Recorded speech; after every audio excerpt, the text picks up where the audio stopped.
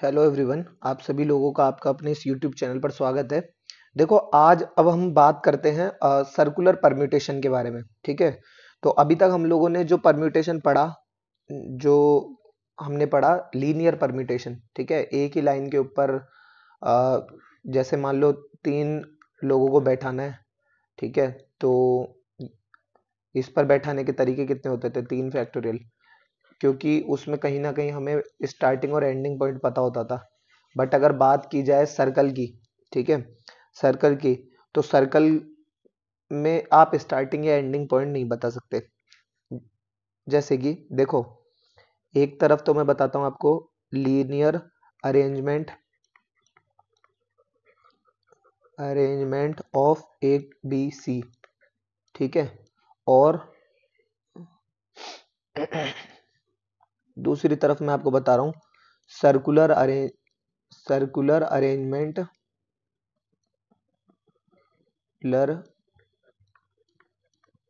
Arrangement of A B C. ठीक है। देखो, जैसे अब अगर इसमें देखें तो ए बी सी, भाई ए बी और सी को बैठाने के कितने तरीके हैं? तो ए बी सी कर दो पहले, फिर बी सी ए कर दो, फिर सी ए बी कर दो, है ना। एक तो ये हो गया, एक ए सी बी हो गया, एक बी ए सी हो गया, और एक सी बी ए हो गया।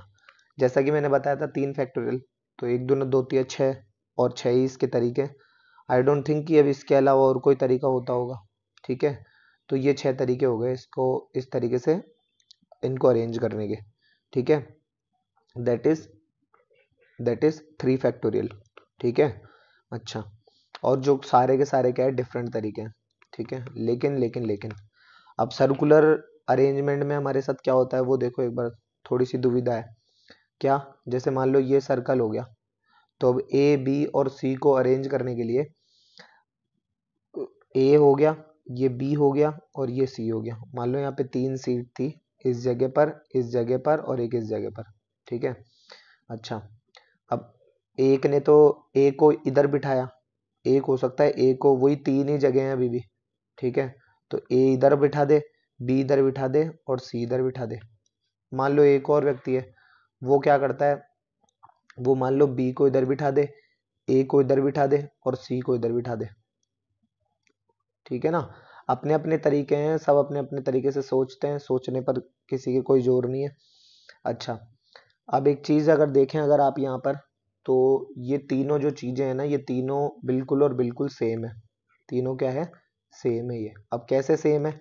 देखो, अगर एक तो आपने सबसे पहला तो मान लो आपने ये बनाया, अब दिए गए मतलब बनाए गए जो ये अरेंजमेंट है, जो ये आपका डायग्राम है, इसको आप या तो क्लॉकवाइज या तो फिर एंटी क्लॉकवाइज घुमा दो, और जो भी मिलकर बनकर तैयार हो रहा है वो इससे बिल्कुल सेम ही होगा। फॉर एन एग्जाम्पल, जैसे ये है, आप इसको थोड़ा सा क्लॉकवाइज घुमाओ, ए इधर चल गया, बी इधर आगे आ गया, और सी इधर आ गया, तो ये क्लॉकवाइज का एग्जाम्पल है, क्लॉकवाइज का, है ना। और ये वाला क्या है? इसी चीज को, इस ए को एक बार आप एंटी क्लॉकवाइज घुमाओ, तो ए इधर आ गया, ये इधर आ गया, ए के आगे सी है, सी और आगे खिसक जाएगा, ये आ गया सी, और बी इधर था तो ये बी ऊपर आ गया, तो ये बी आ गया। तो ये तीनों के तीनों क्या है? बिल्कुल सेम है। ठीक है। अच्छा, अब एक तरीका और है। एक व्यक्ति क्या करता है, इस ए बी सी के लिए मान लो ए इधर रखा, ये हो गया, बी इधर रखा, और सी इधर रखा। ठीक है। और जैसे ये हो गया, तो बी इधर रखा, सी इधर रखा, और ए इधर रखा, और ये इसमें मान लो सी इधर रखा, ए इधर रखा, और ये बी इधर रखा। ठीक है। ये अब इनकी सीट सही है, इसलिए ये एक लाइन लगा रहा हूं, और कुछ भी नहीं है। ठीक है। अच्छा, तो ये वाले जो तरीके हैं, अब इसको गौर से सुनो ध्यान से। ये ए, इसको ए को आगे सरकाऊंगा, यहाँ आ जाएगा। ए के इधर की बात करूं तो सी है, तो ये सी इधर आ गया। एक और ए से ठीक पहले इधर की अगर बात करूं तो बी है, तो यूं पीछे जाओगे, है ना, तो इधर बी आ जाएगा। यानी ये 3 सेम है। ये वाला इसमें भी यही है। देखो, सी थोड़ा और आगे सरका दिया क्लॉकवाइज के कारण, ए इधर खसक गया, और बी इस ए की जगह आ गया, ये आ गया। ठीक है। तो ये भी क्या है, ये सेम है। ठीक है। अच्छा, अब यहाँ एक चीज जो गौर करने वाली है वो ये है कि ये जो 6 के 6 डायग्राम है ना, इसमें ये वाले जो है ना, ये डिफरेंट है। क्या है, ये सेम सेम बट ये डिफरेंट। ठीक है। और इसमें अब आप कैसे डिफरेंट है वो देखो। देखो ए के, अगर इस तरीके से जाऊं मैं तो ए और सी के बीच में बी आता है। ठीक है। और इस तरीके से मैं जाता हूं तो ए और सी के बीच में तो यहाँ कोई आ ही नहीं रहा, तो ये देखो ऐसे डिफरेंट हो गई है। ठीक है। अपने अपने तरीके से आप इसको चेक कर सकते हो, बट किसी भी तरीके से है ना, ये वाला जो अरेंजमेंट का एबीसी वाला डायग्राम है, ये वाला इसके इक्वल नहीं आएगा, ये डिफरेंट ही है। ठीक है। तो अच्छा, बट अब यहाँ सोचने वाली बात यह है कि और एक और डिफरेंट तरीका नहीं हो सकता, यानी ये जो आया है, ये इस तरीके से इनको अरेंज करने के ओनली 2 वेज है। ओनली 2 वेज है। अब ये ओनली 2 कैसे हुए वो मैं एक बार आपको बता देता हूँ, देखो ध्यान से। ठीक है। जैसे कि यहाँ पर करते हैं बात, देखो एक सर्कल था। ठीक है। अच्छा, उसमें ये बी सी को अरेंज करना है, तो देखो 3 सीट है, ये सीट, एक ये सीट और एक ये सीट। ठीक है। अब ए बी सी में ए के लिए तो सिर्फ एक है। एक स्टूडेंट ने बोला कि साहब आप ऐसे कैसे कह सकते हो कि ए के लिए तो एक ही तरीका है, ए इधर भी आ सकता है, ए इधर भी आ सकता है और ए इधर भी आ सकता है, बट थिंग्स आर डिफरेंट। ये मैं ये कह रहा हूँ कि अगर आपने ये बनाया भी है, जैसे मान लो आपने ये बनाया है कि एक ने ये यहाँ बिठा दिया, एक ने यहाँ ये बिठा दिया, मैं ये कह रहा हूँ यहाँ से यहाँ गए और यहाँ से यहाँ गए, किसी भी तरीके से क्या ये डिफरेंट है क्या? ये तो बताओ एक बार। इसको ही तो मैंने पीछे घुमा दिया, यहाँ आ गया, इसको ही मैंने और आगे घुमा दिया तो यहाँ आ गया, तो ये तो नहीं हुए ना ये डिफरेंट। तो एक ही तरीका है, ये जो ए है ना, इसको यहाँ पर अरेंज करने का मात्र और सिर्फ एक तरीका है, तो मैंने ये कर दिया, तो दैट इज 1। ठीक है, मल्टीप्लाई बाय। अब जो ये 2 बचे ना बी और सी के लिए, देखो अगर बी यहाँ आ गया और सी यहाँ आ गया तो एक तरीका, और या फिर बी यहाँ आ गया और सी यहाँ आ गया तो एक तरीका। मैं ये कहना चाह रहा हूँ कि इस सिचुएशन में है ना, यहाँ पर ये जो तरीके हैं, ये अब लीनियर वाली सिचुएशन आ गई, तो दैट्स वाई 2 सीट है और आने वाले लोग भी कौन है, 2, बी और सी, तो उसको अरेंज करने के 2 फैक्टोरियल तरीके हैं, दैट इज 2 वेज। ऐसे करा जाता है। या फिर आप ये भी कह सकते हो कि सीट कितनी है, 3, तो n-1 that is 3-1 that is 2 factorial. 3-1 that is 2 factorial. Okay, ये भी आप यहाँ पर कह सकते हैं। अच्छा, अब जैसे कि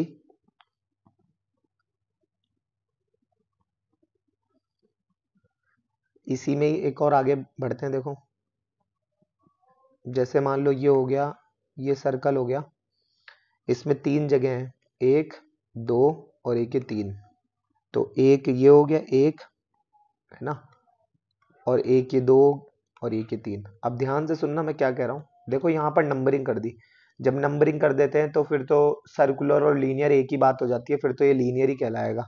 ठीक है, क्योंकि पहले नंबर पर आने के लिए 3, दूसरे नंबर पे आने के लिए 2 और तीसरे नंबर पे आने के लिए 1, दैट इज इस केस में जो नंबर ऑफ वेज होंगे, नंबर ऑफ वेज जो होंगे that is 3 factorial, that is 3 factorial. Okay. अच्छा, अब यही चीज बात करते हैं अब हम लोग 4 लेटर्स के लिए।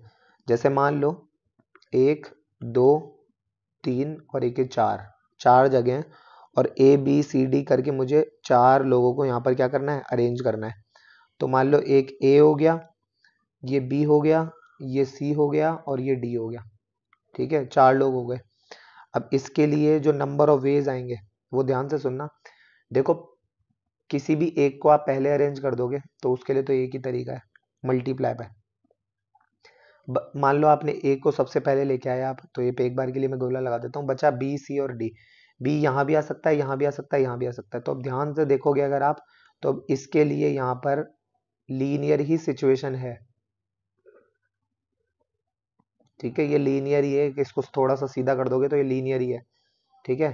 तो उसके लिए होएगा 3 factorial, that is 6 ways. Okay, अच्छा, अब इसी चीज को अगर आप अपने अपने तरीके से कर सकते हो, जैसे कि अगर मान लो ये लिखा हुआ है तो इसको आप, एक मिनट,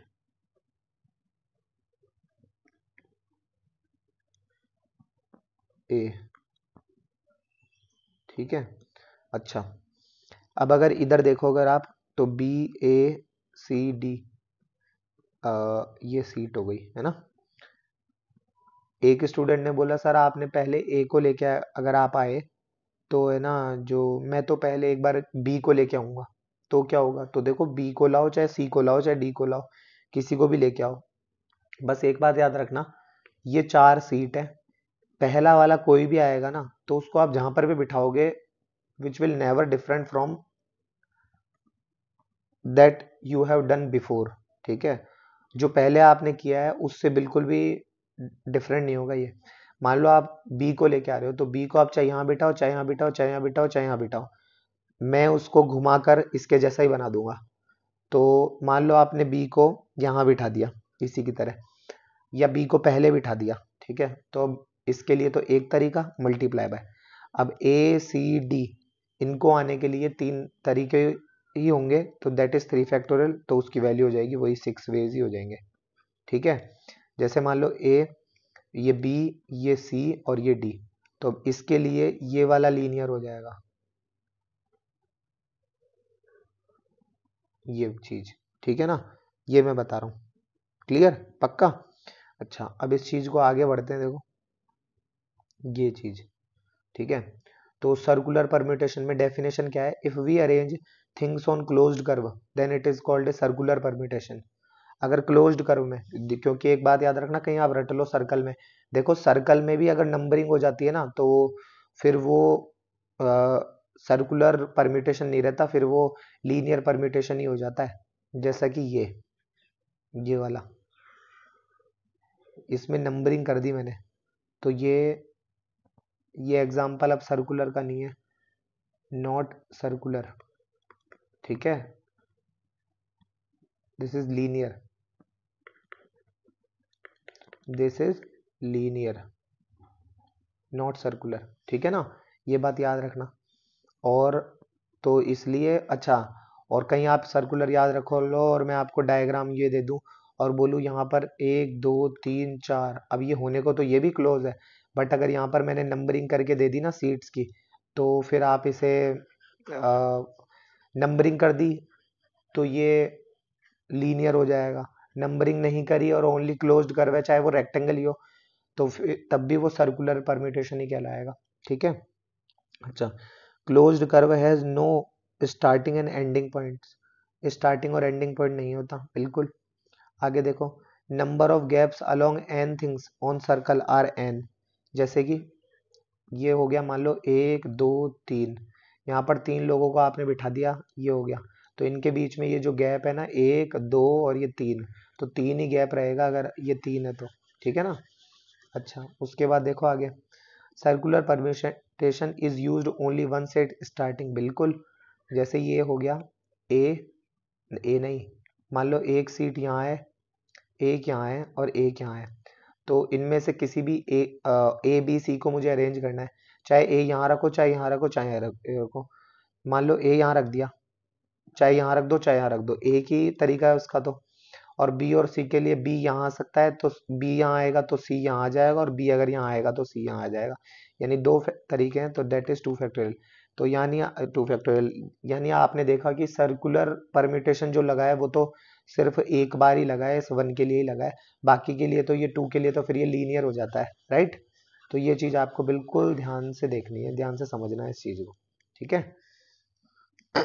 आगे देखो, two formula, number of way in which n different things can be arranged on circle. अब एक चीज अगर आप यहाँ देखोगे तो ये एन डिफरेंट थिंग्स है ना, ये बड़ा जादुई शब्द है, n different things, n different things, ठीक है, एन डिफरेंट थिंग्स जब भी आपको दिखे तो आपको n-1 फैक्टोरियल अपना लेना है, n-1 फैक्टोरियल। ठीक है, ये कुछ ज़्यादा डार्क हो गया, ये लो। ठीक है, ये लो, n डिफरेंट थिंग्स के लिए ये हो गया n-1 फैक्टोरियल। n-1 क्यों कहा मैंने? वैसे अगर आप ध्यान से देखोगे तो देखो, क्योंकि पहले वाले के लिए कोई भी सर्कुलर परम्यूटेशन नहीं होता है, राइट? पहले वाले के लिए कोई भी सर्कुलर परम्यूटेशन नहीं होता है, दैट्स वाई यहाँ पर n-1 फैक्टोरियल आएगा। Okay, number of ways in which n different things can be arranged on circle when wait, ये लो, when clockwise and anti clockwise arrangement are considered as same. देखो, जब क्लॉकवाइज और anti clockwise को same ही रखा जाता है। अब इस चीज को यहाँ पर आओ, देखो ये, अरे अरे अरे, ये तो थोड़ा ज्यादा बड़ा हो गया। ये देखो, ये अरेंजमेंट तो 6 है, लेकिन क्लॉकवाइज और एंटी क्लॉकवाइज सेम है, यानी ये और ये तो क्या है, सेम है। और ये भी सेम है, ठीक है, बट ये आपस में डिफरेंट है, तो ये क्या आया 2। और अरेंजमेंट कितने हैं, 6 है या कितने हैं? ये तो 6 है ना? तो इसमें अब एक चीज आपको याद रखनी है, क्या कि जो n-1 फैक्टोरियल आया है, यानी जैसे यहाँ पर 3 फैक्टोरियल आया है, तो डिवाइडेड बाय 2 कर देना है आपको। इस 6 का डिवाइडेड बाय 2 करोगे तो 3 आएगा। n-1 के फैक्टोरियल का डिवाइडेड बाय 2 करना है, ये जो 3 फैक्टोरियल आ गया डिवाइडेड बाय 2, तो 6 का आधा कितना हो गया, 3।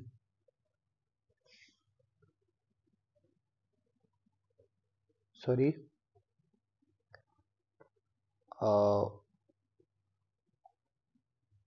ये कितना हो गया, 3 माइनस एन माइ मतलब 3-1 का फैक्टोरियल, दैट इज, नहीं,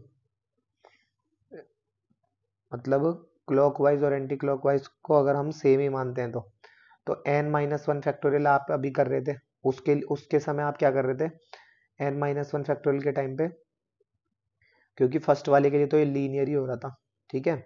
अब इस तरीके से जब आपने करा तो ये 2 वेज आए हैं, तो इसी चीज को यहाँ पर अब अगर आप करोगे तो ये हो जाएगा n-1 factorial, n-1 factorial divided by 2, factorial divided by 2, ठीक है। अच्छा, आगे देखो, अब बात आती है कि कोई भी नेकलेस या फिर गारलैंड होती है, गारलैंड का मतलब समझते हो ना, माला, है ना? अच्छा, तो अब इसका एक्चुअल मीनिंग क्या है वो देखो। देखो, अगर जो अगर मान लो वाइट सेम टाइप के सेम साइज की कोई मोती है और उनकी कोई माला होगी, तो उसमें आप ध्यान से देखो कि क्लॉकवाइज और एंटी क्लॉक, वो सॉरी, मतलब आप उसको चाहे, जैसे मान लो ये माला बनी हुई है, ठीक है, इसमें इधर ये जॉइंट लगा हुआ है, अब आप इसको चाहे ऐसे पहनो या फिर आप इसको, है ना, क्या बोलते हैं, मतलब सीधी और उल्टी एक एक जैसी दिखेगी वो माला, ठीक है ना, उसमें कोई वो नहीं है कि, है ना, सीधी और उल्टी का मतलब क्या है, जैसे मान लो अगर एक बार के लिए मान लो कहीं पर किसी की माला पे, मान लो तुलसी की माला पे राधे लिखा हुआ है, मान के चलो एक बार, अब इसको अगर आप पहनोगे तो ये राधे इस तरीके से दिखना चाहिए, सामने की तरफ आना चाहिए ये, है ना, लेकिन मैं कह रहा हूँ ओनली वाइट मोती, तो इसका मतलब समझ रहे हो, ओनली वाइट मोती का मतलब क्या हो गया कि अब आप उस माला को कैसे भी पहन सकते हो, आपको उसमें कोई बाध्य नहीं है कि कौन सी चीज तो दिखानी है और कौन सी चीज नहीं, ठीक है। In case when all have different neighbors in every arrangement, अब ये डिफरेंट नेबर वाली जो बात है ना, ये याद रखना है आपको कि जब डिफरेंट नेबर चाहिए तो उस समय ये माला वाला कॉन्सेप्ट लगता है, ठीक है ना। अच्छा, देखो अब आगे, जैसे कि ये, in how many ways 5 boys can be seated, एक मिनट, 5 बॉयज, ये लो, in how many ways 5 boys can be seated around a circular table. 5 लोगों को सर्कुलर टेबल पे बिठाना है such that they don't have same neighbour. देखो जब डोंट हैव सेम नेबर नहीं होना यानी डिफरेंट होना, तो जब डिफरेंट होता है तो ये वाला फॉर्मूला आता है n-1/2। अब 5 लोग हैं इसमें, 5 लोग हैं, तो दैट्स वाई यहाँ पे क्या हो जाएगा 5 - 1 का फैक्टोरियल डिवाइडेड बाई 2। ठीक है, that is 4 factorial divided by 2। तो कितना हो गया ये 1 दूना 2 तिया 6 चौका 24 डिवाइडेड बाई 2 दैट इज 12। तो 12 वेज हो जाएंगे इसके। ठीक है ना। अच्छा उसके बाद देखो आगे, अब एक ये क्वेश्चन है, इन how many garlands can be made using of all 6 different flower. देखो सेम नहीं होना या डिफरेंट होना एक ही टर्मिनोलॉजी है, तो डिफरेंट के लिए इसमें भी क्या होगा n-1 का फैक्टोरियल डिवाइडेड बाई 2, राइट। तो 6 में से एक गया तो 5 फैक्टोरियल डिवाइडेड बाई 2, तो ये कितना हो गया 24 पंजे 120। 120 का आधा कितना हो गया 60 वेज हो गए। ठीक है। अच्छा उसके आगे देखो, अब ये अच्छा क्वेश्चन है, देखो इसको क्या है कह रहा है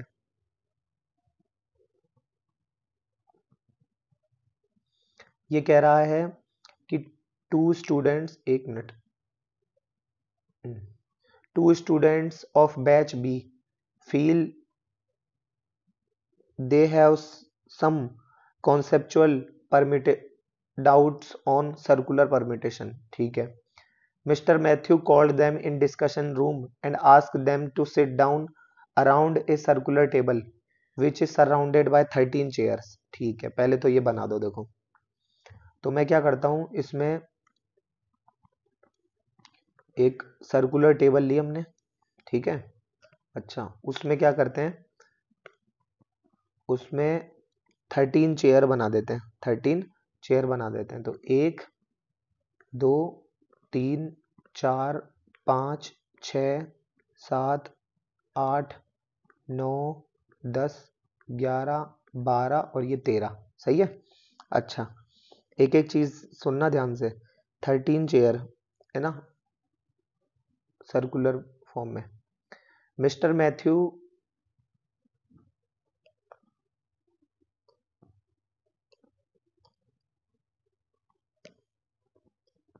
Mr. Matthew told that his adjacent seat should not remain empty। एक टीचर होता है ना कुछ इस टाइप के, जो कि भाई मैं पढ़ाऊंगा तो मेरे पास में कोई हामी भरने वाला भी रहना चाहिए, कुछ इस टाइप के है ना। तो वो उनमें से ही है मिस्टर मैथ्यू, कि वो ये कह रहे हैं कि मेरे आसपास की सीट खाली नहीं रहनी चाहिए।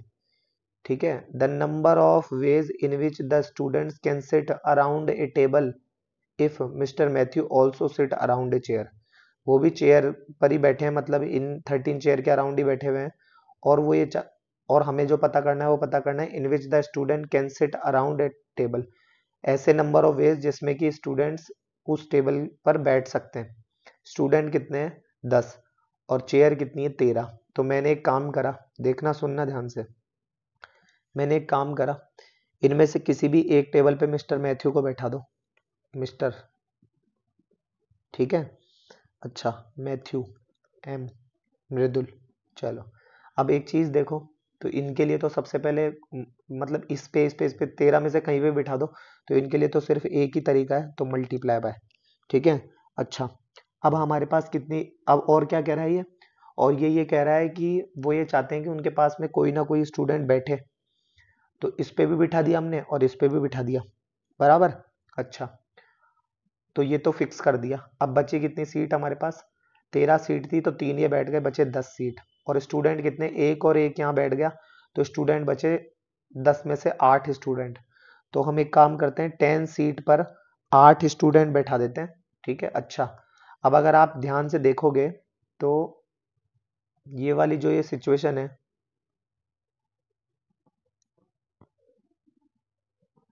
तो ये कहीं ना कहीं लीनियर ही तो बन गई है, क्योंकि ये स्टूडेंट जो है ना, जो बचे हुए 8, ये अपने हिसाब से कहीं पर भी बैठ जाएंगे। एक बोलेगा मैं यहाँ बैठूंगा, एक बोलेगा मैं यहाँ बैठूंगा, मैं यहाँ बैठूंगा। तो ये अपने आप में 8 फैक्टोरियल तरीके से चेंज हो सकते हैं। ठीक है, इसको सॉल्व कर लो। देखो सॉरी, 1 2 3 4 5 6 7 8 9 10, 10 है ना। 8 तो स्टूडेंट है लेकिन सीट तो 10 है ना, तो दैट्स वाई 10 फैक्टोरियल। ठीक है ना। अच्छा, इसको सॉल्व करो। देखो तो 10 factorial divided by 8 factorial 2 factorial और मल्टीप्लाई बाय 10। तो इस 10 फैक्टोरियल को मैं लिख रहा हूँ 10 इंटू 9 इंटू 8 फैक्टोरियल। तो ये 8 फैक्टोरियल और ये 8 फैक्टोरियल गया। इस 2 फैक्टोरियल से 10 कटा 5 बार, 5 नम 45, 45 मल्टीप्लाई बाय 10 फैक्टोरियल। ये आंसर हो गया। ठीक है। अच्छा, और एक चीज देखो, अब इसका एक और तरीका हो सकता है, सुनना क्या कह रहा हूं मैं। उसमें क्या तरीका है देखो, जैसे कि मान लो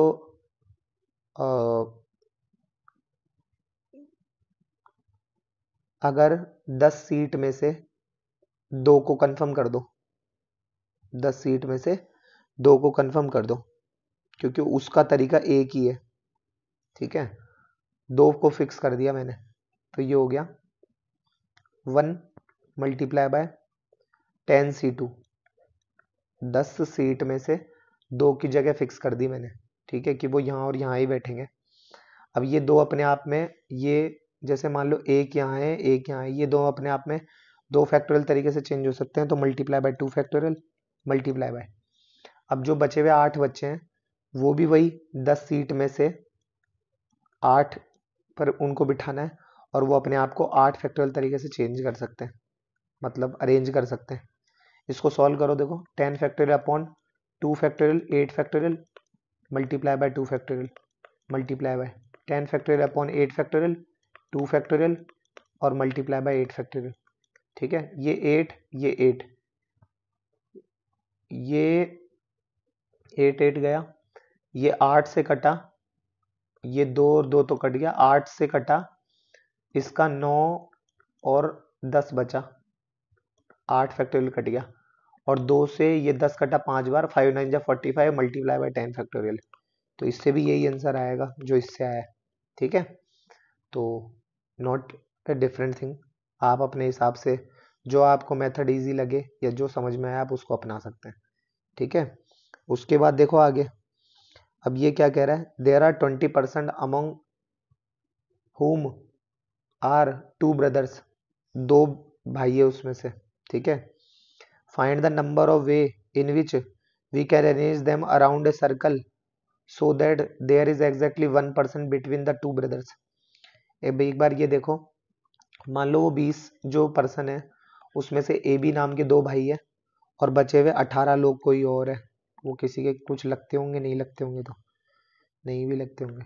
तो ए और बी के बीच में एक खाली जगह आ गई।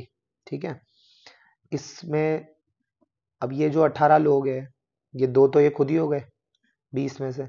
अब 18 में से कोई एक व्यक्ति यहाँ आ सकता है, तो दैट इज 18C1, है ना। अच्छा, एक बात और बताओ, बचे कौन कितने लोग, अब 17 लोग बचे, 17 पर्सन्स। ठीक है, अब 17 लोग तो ये हो गए, है ना, और अब इनको फिक्स कर दिया तो एक यूनिट ये खुद हो गई, तो बचे 18। अब 18 लोगों को आपको इस तरीके 18 यूनिट हो गई एक तरीके से। अब इनको जो अरेंज करने का तरीका है वो उसके लिए आप अच्छे तरीके से जानते हो, सर्कल में क्या होता है, एक पहला जाता है उसके लिए तो एज इट इज, और बचा हुआ 17 फैक्टोरियल, दैट इज 18 - 1 का फैक्टोरियल, और मल्टीप्लाई बाय। अब ये जो ए और बी है ये अपने आप को भी बी और ए तरीके से चेंज कर सकते हैं, यानी बी यहाँ और ए यहाँ भी तो आ सकता है, तो दैट इज 2 फैक्टोरियल। इसको सॉल्व कर लो एक बार, इसको सॉल्व कर लो। दैट इज 18C1 की value 18, that is 17 factorial multiply bye 2 factorial. ठीक है, तो ये 18 इंटू 17 फैक्टोरियल हो गया 18 फैक्टोरियल मल्टीप्लाई बाय 2 फैक्टोरियल। ठीक है, ये इस तरीके से हो जाएगा। क्लियर। अच्छा, आगे बढ़ो। देखो ये क्या है, ये कह रहा है find number of way in which 5B and 5G 5 boys and 5 girls can be seated on a circle alternatively if a particular B1 and G1 are never adjacent to each other in any arrangement. इस question को आप एक काम करो, on a circle पहले एक बार इतना करो, find the find the number of way in which 5 boys and 5 girls can be seated on a circle. देखो 5 लड़के और 5 लड़कियों को अगर एक सर्कल पर आपको इस तरीके से बिठाना है तो उसका क्या तरीका है, देखना क्या कह रहा हूं मैं। ये आपने सर्कल बनाया, ठीक है। अच्छा,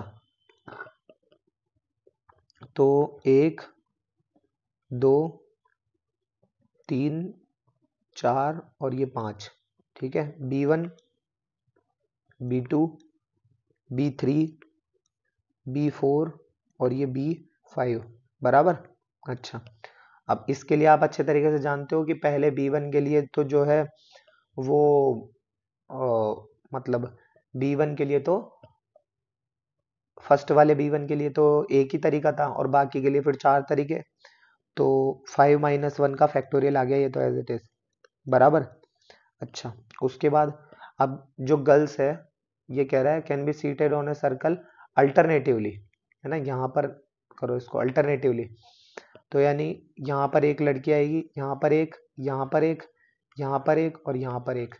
अब इनके लिए जो तरीके हैं वो ऐसा भी हो सकता है कि G1 यहाँ बैठ जाए, मान लो गर्ल्स का G1 G2 G3 G4 G5 है तो वो यहाँ बैठ जाए, मान लो यहाँ बैठ जाए, यहाँ बैठ जाए। लेकिन अब एक चीज है, उनके लिए कोई बाध्यता नहीं है, कोई फिक्स नहीं है कि कौन कहाँ बैठेगा, कौन कहाँ बैठेगा। तो दैट्स वाई यहाँ पर वो अपने अपने आप को जो है वो 5 लड़कियां हैं तो वो 5 फैक्टोरियल तरीके से चेंज कर सकती है, अरेंज कर सकती है मतलब। तो 4 फैक्टोरियल मल्टीप्लाई बाय 5 फैक्टोरियल तरीके से ही हो जाएगा आंसर, ठीक है। उसके बाद देखो, if a particular B1 and G1 are never adjacent to each other in any arrangement.